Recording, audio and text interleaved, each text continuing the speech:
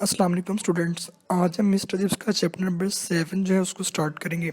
इसका first part हम already पढ़ चुके हैं। आज हमने इसका नेक्स्ट पार्ट जो है वो डिस्कस करना है। फर्स्ट पार्ट में हमने ये डिस्कस किया था कि कैथरीन जो है वो मिस्टर जिप्स को बोलती है कि आपको बच्चों के साथ लीनिड होना चाहिए, नरमी करनी चाहिए, और वो मज़ीद बताती है कि वो बच्चे जो एरोगेंट हैं, मगरूर हैं, आपने उनके साथ सख्ती बरतनी है।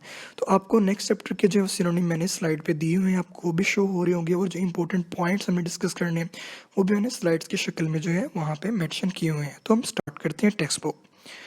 But a host of little incidents, छोटे छोटे हादसा जो हैं वो हजूम की शक्ल में, all deep buried in the past, वो सारे जो हैं वो माजी के अंदर दफन हो चुके थे मिस्टर चिप्स के माजी में। Problems that had once been urgent, वो मसाइल जिन्हें कभी समझा जाता था कि फ़ौरन हल किया जाए।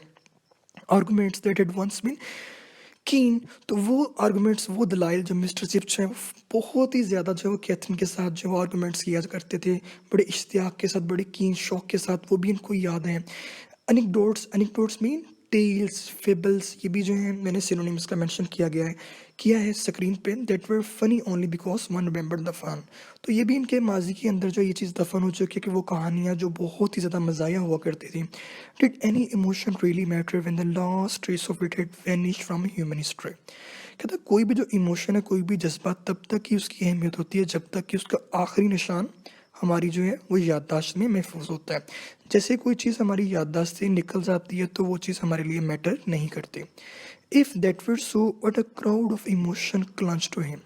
कहता कि जज्बात का एक हजूम मिस्टर चिप्स के साथ चिमटा हुआ था as to the last home before annihilation. Annihilation का मतलब होता है एलिमिनेशन, एंड, किसी चीज़ का खात्मा होना। तो अपने आखिरी खात्मे से पहले जो है वो अपने आखिरी घर के आखिरी ठिकाने के तौर पर मिस्टर चिप्स के साथ चिमटा हुआ था। मतलब कि वो सारी यादें, जैसे मिस्टर चिप्स ने मरना था वो यादें भी साथ में ख़त्म हो जानी थी। He must be kind to them, must treasure them. यहाँ पे ट्रेजर का मतलब है कीप, महफूज करना, कीप करना, अपने अंदर रखना। इन his mind before long sleep. अब बेशुमार जो है वो मिस्टर जिप्स के जहन के अंदर यादें जो हैं वो आखिरी नींद से पहले, उसकी मौत से पहले जो है मिस्टर जिप्स ने उनको बहुत महफूज किया हुआ था अपने माइंड के अंदर।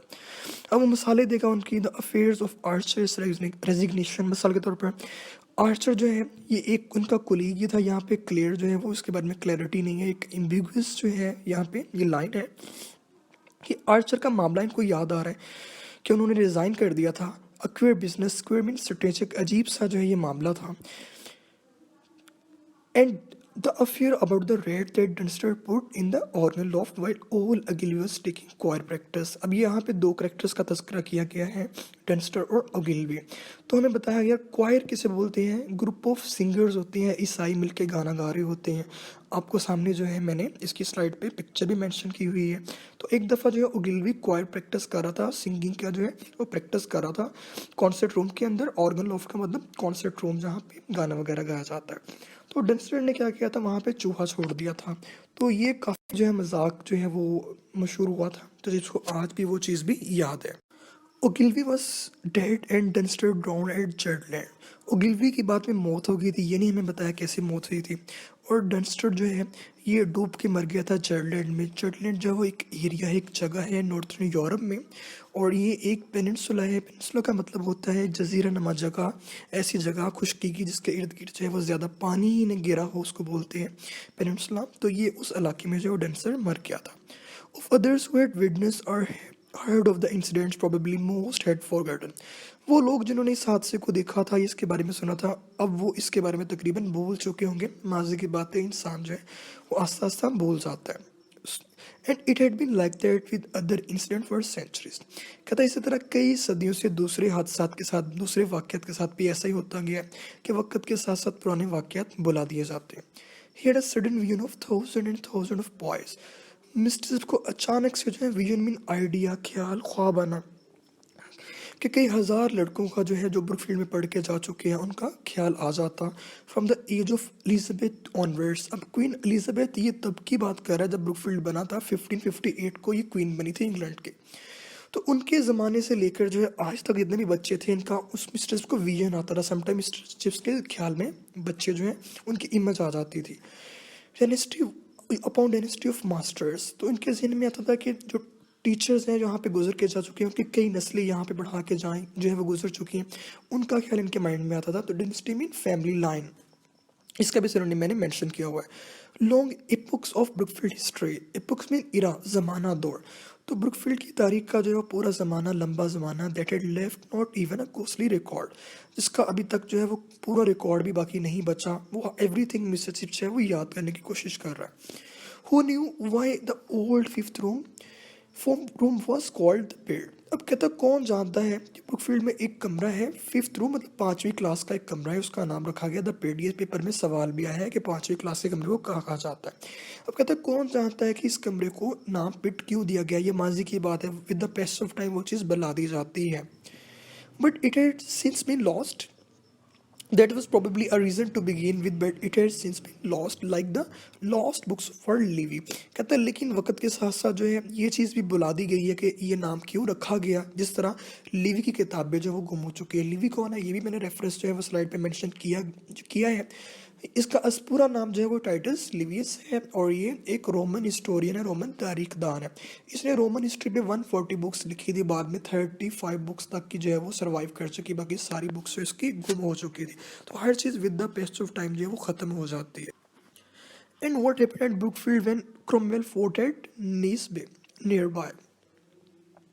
तो नीसबी, तो कहता है कौन जानता है कि ब्रुकफील्ड में तब क्या हुआ था जब क्रोमवेल जो है उसने उसकी लड़ाई हुई थी। नीसबी इलाका है ये इंग्लैंड के अंदर, ये भी मैंने स्क्रीन में लिखा हुआ, एक विलेज है।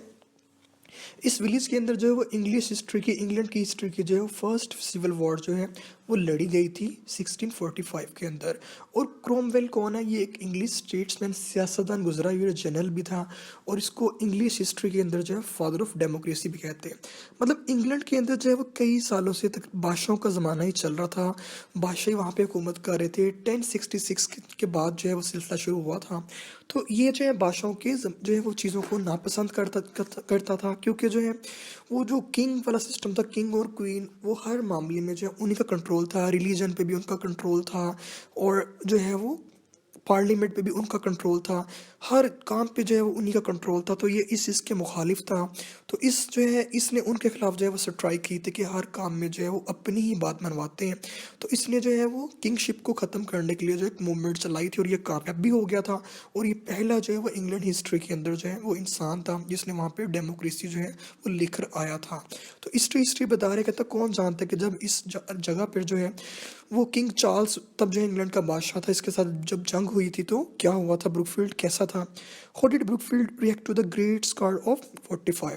कहता कौन जानता है पुरानी बात, ये भी ब्रुकफील्ड जो है वो एक इंग्लैंड की हिस्ट्री का जो है वो तस्करा कर रहा है कि इंग्लैंड के अंदर जो है वो 45 का मतलब यहाँ पे मेंशन किया गया 7045, मतलब इस चीज़ के 100 साल के बाद जब जो है वो क्रोमवेल यहाँ पे आया था, उसके 100 साल के बाद जो है ब्रुकफील्ड इंग्लैंड के अंदर ही जो है ये बादशाहों की इनकी आपस में जो है वो इक़्तिदार के लिए जो है वो जंग हुई थी। उसको 45 के नाम से याद किया जाता है। तो काफ़ी कत्ल गारत हुई थी। तो यहाँ पे मेंशन है कि कौन जानता है कि तब जो है वो क्या ब्रुकफील्ड के क्या हालात थे। Was there a whole holiday when the news came of Waterloo. Waterloo भी एक हिस्टोरिकल इवेंट है इंग्लैंड का। क्या हुआ था तब 1815 को, 1815 को, ये भी मैंने स्लाइड में मेंशन किया है कि नेपोलियन जो बहुत ही जो है वो ताकतवर कमांडर था, जो एक जनरल था, उसको जो है एक फ्रेंच जनरल था, उसको इन्होंने शिकस्त दी थी, और उसके बाद इंग्लैंड में जो है वो एक हॉलीडे का एहतमाम किया गया था। तो ये सारे हिस्टोरिकल वर्क जो है वो इंसिडेंट हमें बताए जा रहे हैं। So up to the earliest time that he himself could remember 1870। कहता कि मिस्टर चिप जो है जब यहाँ पे आया था 1870 में, इसको आज भी वो वक्त याद है। Whether by saying by way of small talk after the first and only interview. मतलब वेदर बाई जो है, वेदर भी वहाँ का जो प्रिंसिपल था, तो वेदर भी के साथ जब इसकी फर्स्ट मीटिंग हुई थी तो उसने इसको ये अल्फाज बोले थे, चिप्स को आज भी इसको याद थे। Looks as if we shall have to settle with Prussians. Prussians जो है वो जर्मन्स को बोलते हैं। Our self with one of this fine days. तो उसने वेदर बी ने जो है मिसेस को ये बोला था कि हमें ये लगता है कि हमें जो है वो जर्मन के साथ मामला जो है वो तय करना पड़ेंगे, इनके साथ सेटलमेंट करना पड़ेगी, अदरवाइज जो है हमारी जंग कभी भी ख़त्म नहीं होगी। When Chips remembered things like this, he often felt that he would write them down and make them a book. कहता जब मिसेस अक्सर जो है इन पुरानी चीज़ों को सोचा करता था तो वो उसके ज़हन में ये चीज़ आती थी क्यों ना वो इन चीज़ों को लिख ले और एक किताब बना ले। During his years at Mrs. Vickers, he sometimes went even so far as to make desultory notes. Desultory mean rough, irregular से एंड नोट्स। तो मिसिसिप जो है जब मिसिस विकेट के घर में जो है वो रहता था तो अक्सर सोचा करता था कि ये अपनी मेमोरी को जो है वो नोट्स की शक्ल बना ले, उसको लिख ले एक्सरसाइज बुक में। But he was soon brought up against difficulties, लेकिन उसको प्रॉब्लम आई पेपर में सवाल भी कि मिसिसिप किताब लिखना चाहते थे, किताब क्यों नहीं लिख सके। The chief one being that writing tired him both mentally and physically. जो मेन प्रॉब्लम ये थी कि वो ज़्यादा देर बैठ के लिख नहीं सकते थे, जिस्मानी तौर पर और जहनी तौर पर थक जाते थे। Somehow to his recollection lost much of their flavor when they were written down. इसके अलावा एक और वजह थी वो उन्होंने किताब नहीं लिखी। उन्होंने सोचा कि मेरी जो यादें हैं इनका वो जो है वो जायका नहीं रहना, वो मज़ा नहीं रहना अगर मैं इनको लिख लूँ किताब में।